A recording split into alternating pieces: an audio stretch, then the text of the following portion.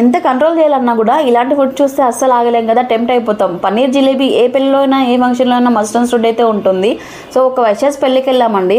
So చాలా బాగుంది food, నాకు బాగా నచ్చేసింది. ఏంట్రా విషయం అనుకుంటున్నా, మన సబ్స్క్రైబర్ ఫ్యామిలీ నుంచి ఒకరు శంకర్ క్యాటర్స్ అని చెప్పేసి వేణుగోపాల్ నగర్ వాళ్ళు చేయించారంట. చాలా బాగుంది, అథెంటిక్ స్టైల్లో ఫుడ్ చాలా మంచిగా ఉంది. టేస్ట్ వైజ్ కూడా సూపర్ ఏమే ఉండే.